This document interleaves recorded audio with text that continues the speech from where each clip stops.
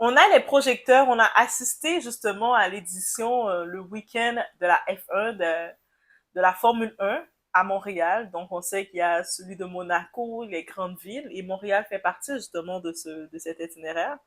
Donc, on a pu voir donc les projecteurs, les voitures qui rugissent un peu partout, qui rugissaient ce week-end, cette fin de semaine dernière, les influenceurs qui se pavanent un peu partout, qu'on profite.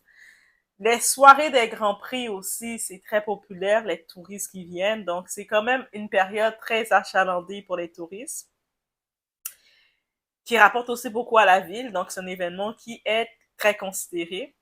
Une vitrine de richesse, on en profite dans les hôtels de luxe, on voit les personnes qui participent, ils ont quand même beaucoup d'argent à dépenser. On voit dans les soirées du champagne, on voit aussi les corps parfaits des gens, le glamour, les paillettes, bref. Euh, Tout ce qui brille n'est pas de l'or, on va dire. Il y a, par contre, dans cette vidéo, on va parler d'un autre circuit, donc plus discret, plus sombre, celui du trafic sexuel, de la traite humaine et de l'exploitation de jeunes femmes. C'est une vidéo qui est très sensible, très hard, mais on doit en parler parce que c'est réel. Et puis, ne pas en parler, c'est de fermer ses yeux et accepter. Et on n'est pas là pour accepter. Donc, on y va sans perdre l'instant. On est avec Doha. It's about everything. Oui, je dis toujours cette fameuse phrase. Mais on y va sur ce sujet. Donc, est-ce qu'on peut associer le Grand Prix vitrine du capitalisme sexuel?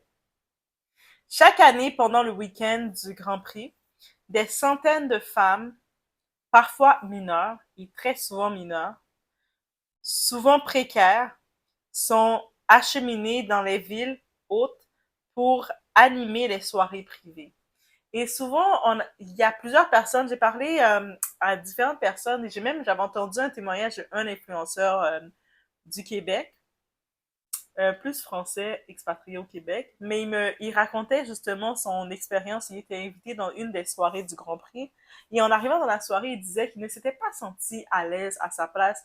J'écoutais pour voir le tout et puis il parlait vraiment qu'en arrivant là, tout de suite, qu'est-ce qu'il remarquait? Beaucoup de femmes très, très, très, très jeunes qui étaient associées, qui étaient accrochées avec des hommes très, très, très, très âgés. Et la différence se faisait voir direct. Et souvent, des fois, quand on a l'habitude de sortir dans le nightlife, même si la ville est grande, elle n'est pas si grande que ça. Mais on constatait quelque chose, on reconnaissait pas ces filles-là. C'est comme, on dirait que c'était pas des filles d'ici, là. Mais c'est vraiment ce point qu'il a remarqué. Et sur le même fait, il y avait une dame, une journaliste, qui parlait justement que ce genre d'événement attirait beaucoup de mineurs. C'était vraiment catastrophique. Et je sais que c'est sponsorisé parce que ça rapporte beaucoup aux villes. Mais on doit en parler. On doit prévenir. On ne parle pas de mannequinat ici. On parle de recrutement ciblé, de catalogue humain et d'un business clairement organisé dans les coulisses de ces événements.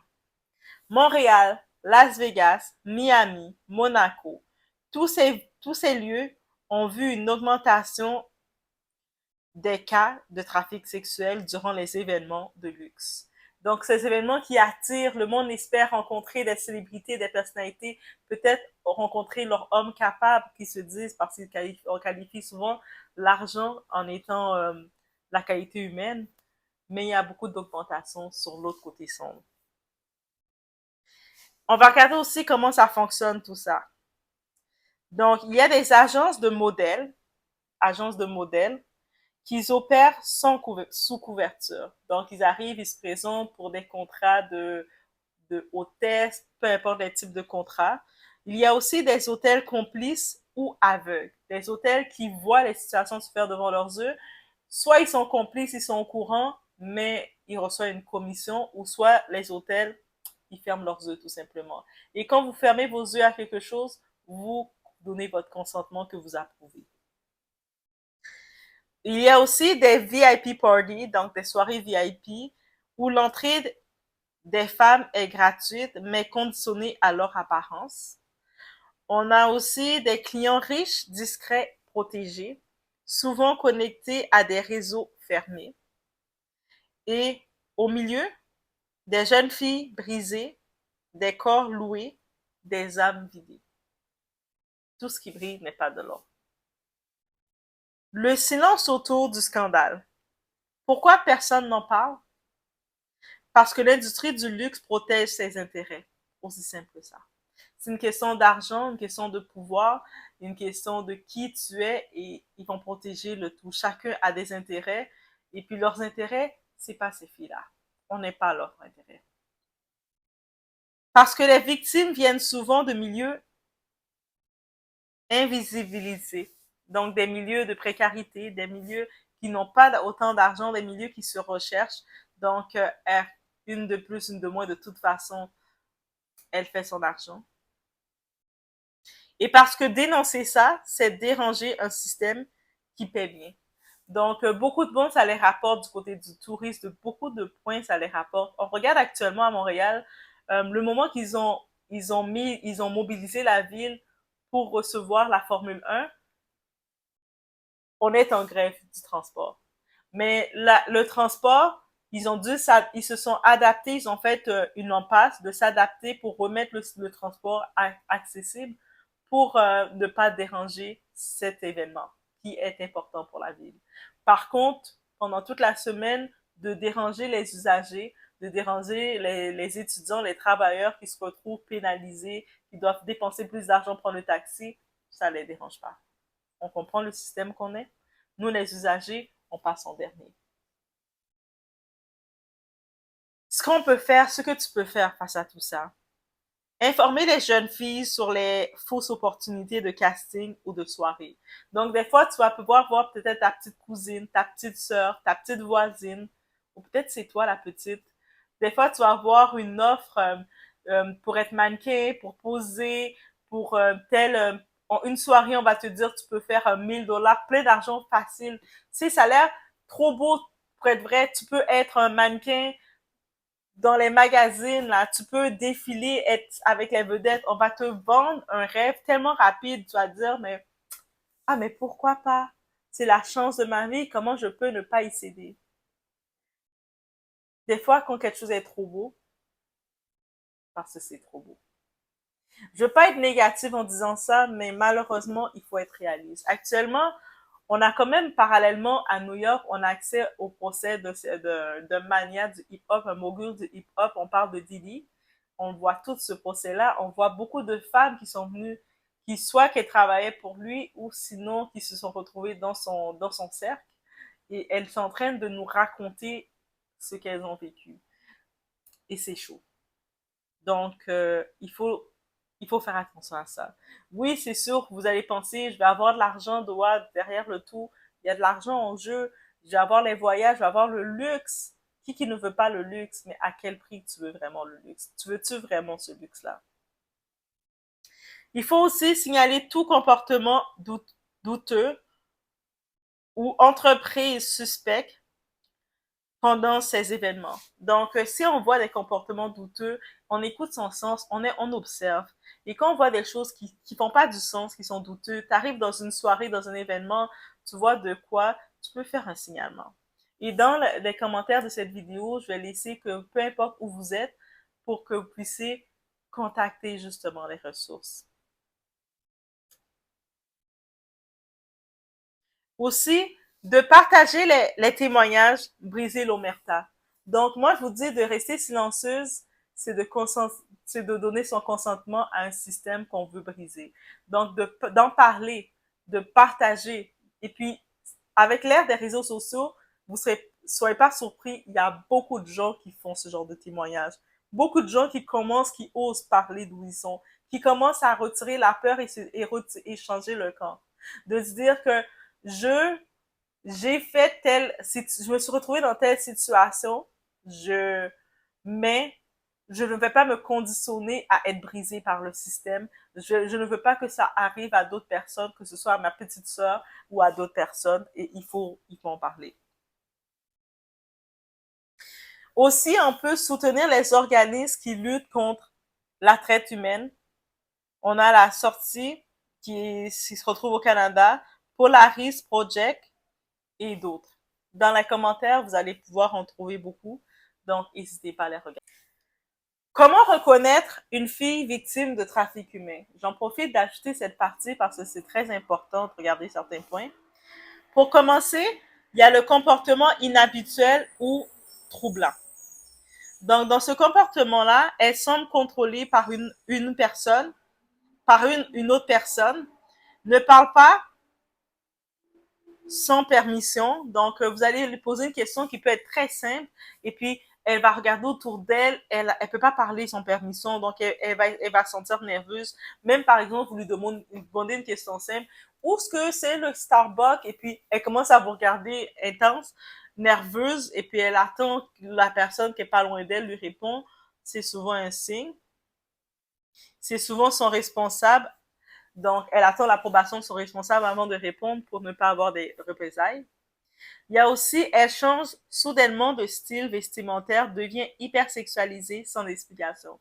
Donc, il y a une différence, tu mets ta petite camisole et tout, parce qu'il fait beau, il fait 30 degrés dehors, et que tu te retrouves avec une tenue très hyper sexualisée, mais de façon radicale, et cette personne-là, tu la voyais toujours en jogging, en jeans. Oui, des fois, on peut mettre une jupe de temps en temps, mais il y a des changements drastiques, on se demande, mais qu'est-ce qui s'est passé? Elle a peur de parler de sa vie privée ou donne des infos floues et contradictoires. Donc, quand il s'agit de, on peut des fois se retrouver à parler, puis elle va être très floue, elle va se contredire rapidement. C'est des petits signes à se dire qu'est-ce qui se passe. Elle n'a pas ses propres papiers d'identité ou dit qu'un ami les garde. Donc, ça veut dire, ça, on va à la bibliothèque, il faut présenter sa pièce d'identité, mais elle les a pas. Elle est comme, ah, mais t'inquiète, ah, c'est mon ami qui l'a, j'ai pas avec moi. Mais c'est comme, quand t'as pas ta pièce, t'as pas tes pièces avec toi. Comme, on marche toujours au moins avec une pièce. Elle semble surveillée, même dans un cadre social normal, une soirée, hôtel, événement, mais elle est toujours surveillée, elle est toujours sur le qui-vive. Il y a beaucoup de signes qui laissent entendre qu'il y a quelque chose de pas normal. Les signes physiques et psychologiques qu'on doit faire attention. On voit des traces de violence physique ou des coups mal dissimulés. Donc, sur son corps, il y a des bleus, elle se maquille d'une façon parce qu'il y a des bleus et quoi que ce soit. Il faut se poser des questions. État de fatigue extrême, insomnie, saute d'humeur, anxiété, panique quand on parle d'autorité ou de famille, hyperdisponibilité sexuelle exigée par d'autres, souvent normalisée sous prétexte de travail ou deal. Je dois deal avec ça. Donc, elle est dans l'excès dans ce côté de la sexualité. Il n'y a aucun plaisir dans ça. Il y a à se poser des questions de c'est quoi l'apport qu'elle a avec ça. Langage ou réponse typique. La phrase qui va dire je peux pas en parler. C'est lui qui gère ça. Donc, peu importe ce qu'on va dire, ah, mais c'est pas moi qui gère ça, c'est lui qui le gère. C'est compliqué, mais ça va. Tu sais, des fois, il faut prendre le temps de, même si c'est la question qui peut sembler simple, mais qui peut aussi dire beaucoup. Puis toi, ça va, puis qu'est-ce qui se passe? Ah, c'est lui, c'est compliqué, mais t'inquiète, ça va aller. Elle rit nerveusement quand on aborde son mode de vie ou ses fréquentations. Tu sais, c'est lui. Ah, tu sais, essaie de changer d'idée. Et maintenant, on se demande que faire si tu soupçonnes quelque chose. Tu sais, comme on voit certains signes chez quelqu'un, on se dit, mais qu'est-ce que je peux faire? Pour commencer, il ne faut pas confronter directement la victime en public. Tu pourrais la mettre en danger si son proxénète est proche. Donc, c'est-à-dire, tu soupçonnes que la personne est sous emprise, sous contrôle de quelqu'un, son responsable est là, mais toi, tu viens en public commencer à dire, qu'est-ce que tu fais ça? Non, c'est pas le moment. Il faut être discret. Donc, tu peux pas les confronter en public parce que tu risques de la mettre en danger. On va peut-être même à cause de toi la déplacer et l'envoyer dans un autre endroit plus loin. Ça va être compliqué pour elle. Par contre, qu'est-ce que tu peux faire? Contacte une ressource spécialisée ou les autorités locales. Dans cette vidéo, vous allez voir, j'ai mis les contacts, certains contacts. Peut-être vous allez trouver d'autres contacts, mais contactez un professionnel. C'est important que je vous dise de contacter un professionnel parce que même si on veut se dire professionnel, mais il faut aussi penser à avoir quelqu'un qui qui a plus des outils que nous. Il faut aussi créer un lien de confiance si possible. Montre-lui qu'elle peut te parler sans jugement. Donc, et pour ce faire, le lien de confiance, c'est écouter la personne.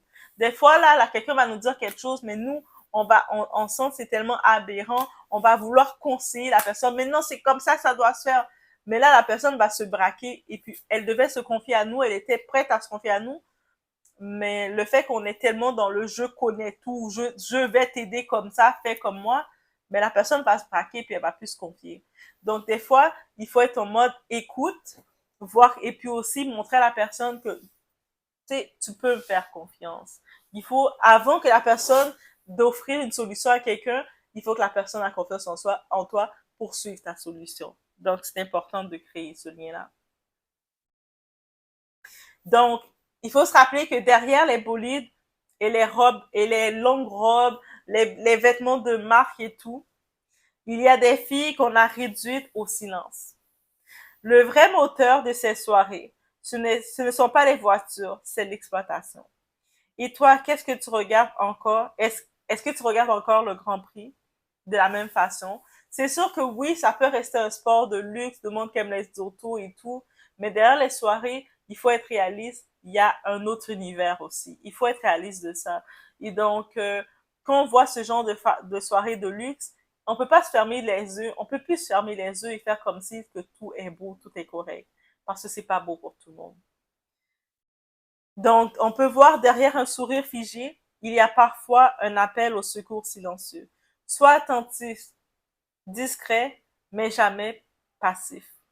Même si tu vas être discret, ça ne veut pas dire être passif. Il y a toujours une action qu'on peut faire. Une question peut sauver une vie. Une ressource partagée peut tout changer. Partager un témoignage. Quand vous voyez quelqu'un vous fait un témoignage, c'est pas le moment de venir contredire la personne. Mais c'est pas comme ça s'est passé. Qu'est-ce que tu racontes? Non. Laisse la personne faire son témoignage. Tu peux le partager. En partageant des fois un témoignage, tu peux sauver quelqu'un d'autre. Donc, n'hésitez pas aussi à partager cette petite vidéo qui peut servir de sensibilisation, qui peut rappeler l'envers du décor. Derrière le luxe et tout, qu'on voit les grosses autos de luxe, on voit tout à l'air du wow, bling bling, mais une autre réalité et c'est vraiment réel. Donc, faites attention à vous, passez le message. Vous avez une petite sœur, vous avez une amie, une cousine, votre voisine, partagez le tout aussi. On se retrouve aux prochaines vidéos. One love.